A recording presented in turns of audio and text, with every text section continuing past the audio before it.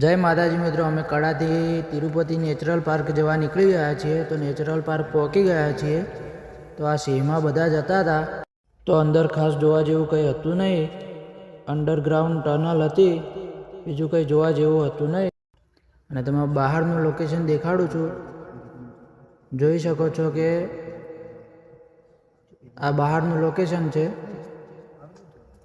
તો તમે જોઈ શકો છો તિરુપતિ નેચરલ પાર્કનું લોકેશન. આ ફોટા પાડવાની મસ્ત જગ્યા છે, તો તમે ફોટા પણ પાડી શકો છો અહીંયા આવીને. તો અમે તિરુપતિ નેચરલ પાર્કથી નીકળી ગયા છીએ અને વાળીનાથ પહોંચી ગયા છીએ. તો તમે જોઈ શકો છો કે વાળીનાથનું મંદિર, અને તમે અંદરથી પણ જોઈ શકો છો. તો તમે વાળીનાથના દર્શન પણ કરી શકો છો. અને એના પછી અમે આરતી કરીને નીકળી ગયા જમવા.